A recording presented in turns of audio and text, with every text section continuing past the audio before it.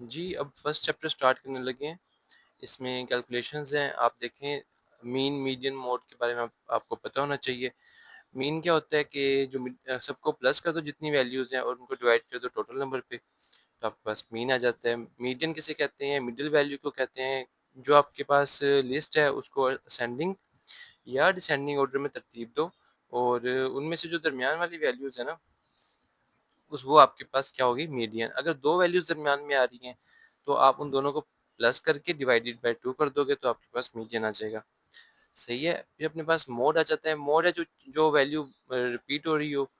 जिस तरह की अगर आप इस सेट में देखो तो ये 13 है जो बार-बार रिपीट हो रहा है, तो वो मोड है। अगर कोई वैल्यू ऐसी नहीं है जो सबसे ज़्यादा रिपीट हो रही है तो उसका कोई मोड नहीं है। सही है? उस लिस्ट का कोई मोड नहीं है। या आपने कैलकुलेशंस ट्राई करनी है, उनको लाज़मी प्रैक्टिस करना है। हम गलती ये करते हैं कि हम प्रैक्टिस नहीं करते, हम देखते हैं और हमें हमें लगता है कि हमें आता है। तो वहाँ जब पेपर में आता है ना, तो हम कोई एक छोटी-मोटी ऐसी गलती कर जाते हैं। तो लाज़मी तौर पे आपने एक दफ़ा ये सारे प्रैक्टिस करने हैं अपने हाथों से। अच्छा, अपने पास आ गया कि 4 एमएल वायरलेस 2% लिग्नोकेन सॉल्यूशन। आपको पता होना चाहिए कि 2% लिग्नोकेन सॉल्यूशन का क्या मतलब है? इसका मतलब ये है कि 2 ग्राम लिग्नोकेन है 100 एमएल सॉल्यूशन के अंदर। ठीक है? टोटल सॉल्यूशन 100 एमएल है। उसके अंदर 2 ग्राम लिग्नोकेन है। इसी तरह अपने पास और वैल्यूज़ भी आ सकती हैं कि लाइक अगर वो कहता है कि ये हो जाएगा मास ओवर वॉल्यूम। इसी तरह वॉल्यूम ओवर वॉल्यूम होता है, उसका मतलब होता है कि मैं कहता हूँ कि 4% मेरे पास सपोज़ जामे श्री का कहता हूँ कि सॉल्यूशन है। तो उसका मतलब है कि 4 मिली एमएल जामे श्री है और 100 एमएल सॉल्यूशन के अंदर, मतलब पानी है उसके अंदर 96 एमएल। सही है? तो इस तरह आपको इसकी थोड़ी-सी बेसिक नो-हाउ होनी चाहिए। अभी के लिए हम देख लें तो इसका मतलब है कि 2 ग्राम लिग्नोकेन है 100 एमएल के अंदर, ठीक है? तो मतलब 2000 मिलीग्राम है 100 एमएल के अंदर। तो आपने इसके हिसाब से 4 एमएल में निकाल लेनी है कि अपना 1 एमएल में कितनी आ जाएगी? 1 एमएल में आ जाएगी 20 मिलीग्राम और 4 के अंदर आ जाएगी 80 मिलीग्राम, तो ये आपका आंसर आ जाएगा। ये देखिए आप, इसमें वो कहता है कि आपने ना ऑक्सीजन कंटेंट निकालना है। क्या निकालना है? Oxygen content. अब देखिए जो ब्लड में ऑक्सीजन कंटेंट होता है ना, ब्लड में ऑक्सीजन 2 फॉर्म्स में होती है। एक होती है जो हीमोग्लोबिन के साथ अटैच है और दूसरी होती है जो ब्लड में डिसॉल्व है, ठीक है? तो अगर मैं टोटल ऑक्सीजन कंटेंट निकालना है तो मुझे दोनों वैल्यूज़ को कैलकुलेट करना पड़ेगा और उनको सम करना पड़ेगा। अच्छा, पहले आते हैं हम लोग जो है हमारे पास हीमोग्लोबिन के साथ अटैच। अब वो वैल्यू में ऑक्सीजन देखने के लिए मुझे पता होना चाहिए कि मेरे ब्लड में हीमोग्लोबिन कितनी है, एक, और दूसरा ये पता होना चाहिए कि जो हीमोग्लोबिन मेरे ब्लड में है, वो कितने परसेंट सैचुरेटेड है, मतलब उसने कितनी ऑक्सीजन उठाई हुई है, ठीक है? तो अब देखिए मुझे हीमोग्लोबिन का पता होना चाहिए कि मेरे पास कितने परसेंट हीमोग्लोबिन है और वो कितनी सैचुरेटेड है, ठीक है? और ये एक वैल्यू है, ये कांस्टेंट है, जो आप इसमें ऐड करोगे तो आपके पास निकल आएगी क्या चीज़? हीमोग्लोबिन है जो ऑक्सीजन उठाई हुई है, वो निकल आएगी। अब दूसरी मुझे चाहिए कि मेरी प्लाज़्मा में कितनी हीमोग्लोबिन डिसॉल्व फॉर्म में है, ठीक है? उसके लिए आपको चाहिए partial pressure of oxygen, arterial partial pressure of oxygen, जो हम एबीजीज़ की मदद से निकालते हैं, और ये कांस्टेंट वैल्यू है इसके लिए। इस तरह करके मैं एक बंदे की ऑक्सीजन कंटेंट निकाल सकता हूँ। अगर हम वैसे ही सोचें याद करने के लिए, तो हमें क्या-क्या टेस्ट करवाने पड़ेंगे? मुझे एक सीबीसी करवानी पड़ेगी, मुझे एक पल्स ऑक्स चाहिए और मुझे एक एबीजीज़ करवानी पड़ेगी। उसके बाद मैं किसी भी बंदे की ऑक्सीजन कंटेंट उसका बता सकता हूँ। ऐसा ही है? अच्छा, इस तरह आप याद करें। और आपको मैं समझाऊँ तो आप ये देखें कि एचबी आपने ले ली, सी एसओ2 ये वैल्यू कैसे याद रखनी है? 2 तरीके हैं। एक तो अपने पास आ गया जो पाई की वैल्यू होती है वो होती है 3.14, ऐसे ही है? और ये क्या लिखा हुआ है 1.34, तो कुछ-कुछ इस तरह याद रख सकते हैं। एक और तरीका बताता हूँ, 1.34, इसको ऐसे याद करें, ए 1.34, 1, 2, 3, 4, ठीक है? तो ये आप इस तरह याद रख सकते हैं। इसको आपको रटा मारना पड़ेगा कि 1, 2, 3, ठीक है? अपने हिसाब से इसको देख लें जैसे आपको सही लगता है। आपको ये आनी चाहिए, ये फ़ॉर्मूला आता होगा तो आप ये एमसीक्यू कर सकते हैं। ठीक है? इसमें वैल्यूज़ पुट करें, आपका आंसर आ जाएगा। आगे चलते हैं, ये सिंपल है, आपको ये वाला क्लीयरेंस वाला फ़ॉर्मूला आना चाहिए। ये क्या होता है? ये सिंपल है वैसे तो, यूवी ओवर पी फ़ॉर्मूला है, इसमें यही है इसका निमोनिक जो है कि लाइक ऊपर जो सूरज है, सूरज से यूवी लाइट्स आती हैं, रेज़ आती हैं, और नीचे एक मटर का दाना है, तो पी नीचे है और यू भी ऊपर है, तो यू वी और पी, तो ये फॉर्मूला आता होगा, आप वैल्यूज पुट करेंगे तो आपका ये भी हो जाएगा। सही है, इनको में से अगर कोई मसला हुआ तो आप बताइएगा, मैं उसको एक्सप्लेन करवा दूँ, समझा दूंगा। आगे चलते हैं, हमारे पास आ जाता है कि जीएफआर निकालना है। अच्छा, अब आप देखिए, वो कहता है कि हमारे पास है ना कि हाइड्रोस्टेटिक प्रेशर इतना है, मतलब हमने क्या वो बताया, नेट हम लोग सबसे पहले हमने निकाला होता है net filtration pressure. Net filtration pressure क्या है कि सपोज अगर मैं कहूँ ये कैपिलरीज है और ये हमारे पास आ गया बाउमेंस कैप्सूल, ये ग्लोमेरुलस है, ये बाउमेंस कैप्सूल है। तो एक होगा हाइड्रोस्टेटिक प्रेशर यहाँ का, जो कैपिलरीज में से पुश कर रहा होगा फ्लूइड को इधर, ऐसे ही है। और एक ऑनकोटिक प्रेशर होगा यहाँ, जो प्रोटीन्स बना रही होंगी जो कि इस तरफ को खींच रहा होगा। इसी तरह जो यूरिन बन रहा है इधर ग्लोमेरुलस में, फिल्टर बन रहा है, उसके अंदर भी एक हाइड्रोस्टेटिक प्रेशर होगा उसका, जो इधर अपना ऑपोजिट पुश कर रहा होगा, और एक कोलाइडल प्रेशर होगा जो कि अपनी तरफ खींच रहा होगा। तो आपने नेट फिल्ट्रेशन प्रेशर निकालना है इन सबको प्लस माइनस करके, ठीक है। तो हम लोग अगर निकालने की कोशिश करें तो आप देख सकते हो ग्लोमेरुलर हाइड्रोस्टेटिक प्रेशर है 60, सही है। हम लोग जो जो पुश कर रहे हैं ना बाउमेंस कैप्सूल के अंदर, उनको हम पॉजिटिव समझ लेते हैं, और जो वापस खींच रहे हैं कैपिलरीज में ग्लोमेरुलस में, उसको नेगेटिव समझ लेते हैं। तो ये पॉजिटिव है, ये पुश कर रहा है। हाइड्रोस्टेटिक प्रेशर जो बाउमेंस में है वो है 12, उसको निकाल दिया। और कैपिलरी ऑनकोटिक प्रेशर कितना है 30, तो मतलब ये भी ऑपोजिट हमें अपनी तरफ खींचेगा, है ना, कैपिलरीज के अंदर खींचेगा, तो ये भी -30 हो जाएगा। लेकिन हम लोग जो बाउमेंस का ऑन्कोटिक प्रेशर है ना, वो नेग्लिजिबल होता है, कि लाइक उसमें तो कैपिलरीज आपको पता है प्रोटीन्स तो नॉर्मली फिल्टर होती नहीं है, तो जो प्रोटीन्स फिल्टर नहीं होगी तो वहाँ ऑन्कोटिक प्रेशर कैसे डेवलप होगा, तो वो जीरो ही होता है ऑलमोस्ट। तो उसको हम निकाल देते हैं। इसको कैलकुलेट करके निकाल लेना तो आंसर आता है 18, सही है। ये जीएफआर नहीं है, ये जीएफआर नहीं है, ये है नेट फिल्ट्रेशन प्रेशर, सही है।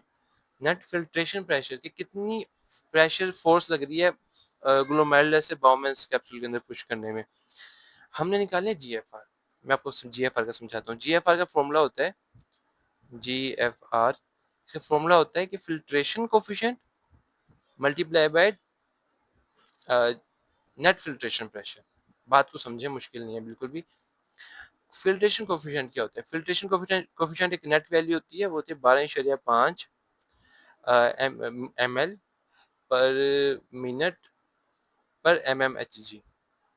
मतलब ये है कि अगर 1 mmHg प्रेशर हो, जो कि पुश कर रहा हो ग्लोमेरुलस से बाउमेंस कैप्सूल के अंदर, अगर वो 1 mmHg प्रेशर हो, तो 1 मिनट के अंदर 12.5 ml फिल्टर हो जाएगा प्लाज्मा, इजी।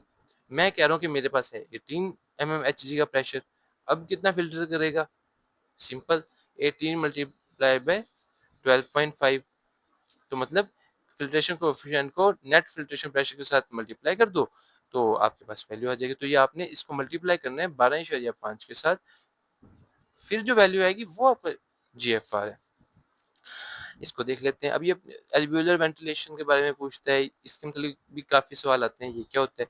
एल्वियोलर वेंटिलेशन ये होती है कि 1 मिनट में कितनी एयर जो है, जो हम इनहेल करते हैं, कितनी एयर है जो कि फिल्ट्रेशन में इन्वॉल्व होती है, गैस एक्सचेंज में सॉरी इन्वॉल्व होती है, सही है।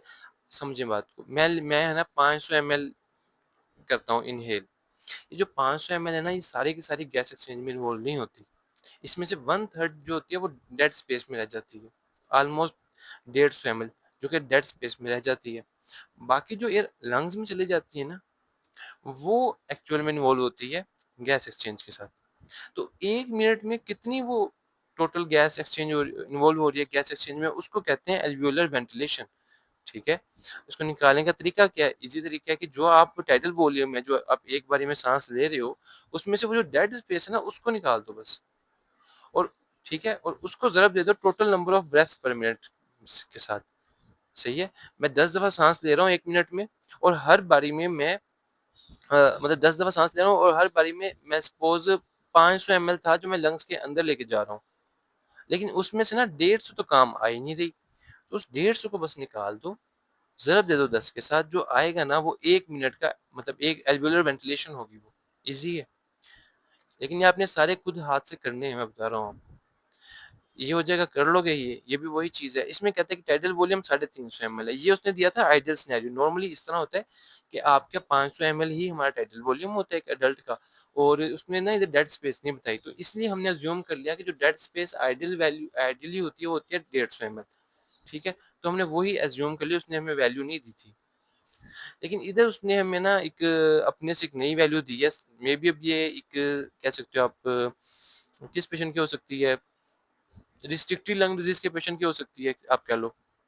ठीक है, तो ये किसी पेशेंट की वैल्यू है कि उसमें 350 उसका टाइडल वॉल्यूम है, और आप देखो कि 100 ml उसकी डेड स्पेस है, और रेस्पिरेटरी रेट भी उसका ज़्यादा हुआ है। होना भी चाहिए, उसकी उसने एल्वियोलर वेंटिलेशन तो अपनी प्रॉपर करने की कोशिश करनी है ना, तो वो 18 है। तो आप देखोगे कि 350 में से माइनस कर दोगे 100 को, 250 को ज़रब दे दोगे 18 से, तो आपके पास ये आ जाएगी आपकी एल्वियोलर वेंटिलेशन। ये देख लेते हैं, इसमें भी उसने काफ़ी चीज़ें बताने के बाद सिंपल ही बात की है। कहता है कि एल्वियोलर वेंटिलेशन ये है, टाइडल वॉल्यूम इतना है, रेस्पिरेटरी रेट इतना है, तो क्या डेड स्पेस निकल जाएगी? इस फॉर्मूले को यूज़ करके निकल जाएगी। अच्छा, अब ये देखो, ये आपको मैं बताता हूँ। ये थोड़ा-सा समझना पड़ेगा आपको। आपको पता है कि आपकी एयर में कितना होता है पार्शियल प्रेशर CO2 का? ऑलमोस्ट नेग्लिजिबल होता है। सही है? ठीक है, आई गेस 0.3 mmHg होता है, कुछ इस तरह का होता है, लेकिन ऑलमोस्ट नेग्लिजिबल होता है। दूसरा ज़्यादा है कि जब हम एयर इनहेल कर लेते हैं ना, तो आपको देखा कि 150, मैं सपोज लेके जा रहा हूँ 500 ml, टाइडल वॉल्यूम है 500 ml, 150 ml रह जाएगी मेरी डेड स्पेस में, 350 ml चली जाएगी लंग्स में। लंग्स में जो जाएगी ना मेरी एयर, उसमें गैस एक्सचेंज होगा, ब्लड में से CO2 उस एयर में जाएगी, और उसके नतीजे में ना उसका उस एयर का पार्शियल प्रेशर हो जाएगा 45 mmHg। इतना ही होता है ब्लड के अंदर। सही है, तो वो एक्सचेंज होगा प्रॉपर, जिसकी वजह से एयर का बन जाएगा 45 mmHg, CO2 का प्रेशर बन जाएगा एल्वियोलर।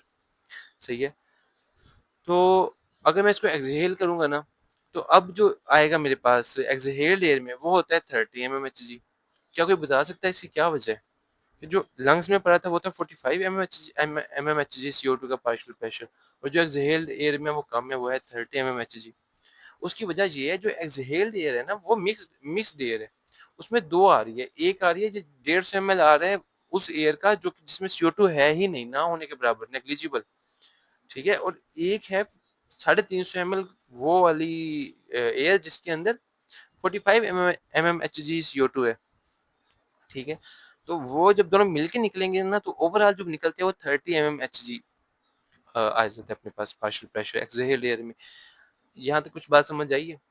अच्छा, उसने हमें यही दो बातें दी है। उसने कहा कि जो एल्वियोलर है पार्शियल प्रेशर CO2 का वो है 45 mmHg, और जो एक्सहेल्ड एयर है ना, एक्सक्रीटेड एल्वियोलर एयर, उसके अंदर है 30 mmHg।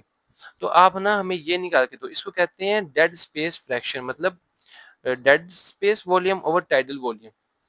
सही है, तो जो फ्रैक्शन आएगी ना, वैसे नॉर्मली कितनी होती है, ये 0.3 ही होती है, मतलब अब 150 को तकसीम करो 500 से, तो ऑलमोस्ट 0.3 जवाब आता है, जो नॉर्मली इतनी ही होती है। तो इसने आइडियल सिनेरियो इस टाइम दिया है हमें। तो फिलहाल हम लेके चलते हैं, तो देखो आप, इसके लिए आपको लगानी पड़ेगी बोहर इक्वेशन। कौन सी इक्वेशन? Bohr equation. इसमें क्या होता है कि आप ये देखो कि एल्वियोलर जो है आपके पास CO2, उसमें से माइनस करते हो आप excreted partial pressure of CO2 in excreted air divided by partial pressure of alveolar CO2। ठीक है, कुछ समझ आ रही है?